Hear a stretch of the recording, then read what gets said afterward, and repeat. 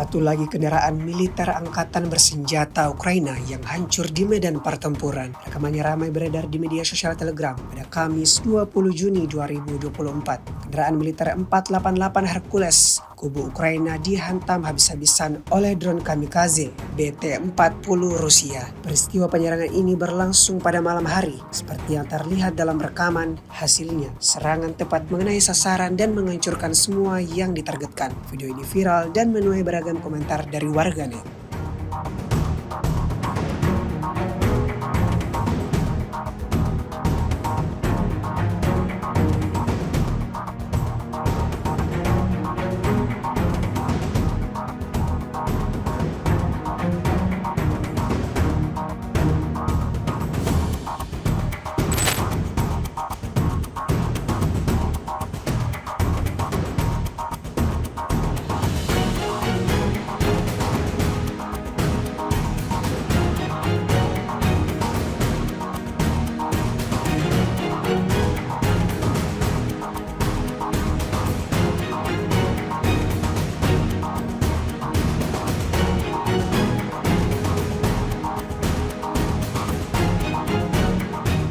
Download Tribun X sekarang, menghadirkan lokal menjadi Indonesia.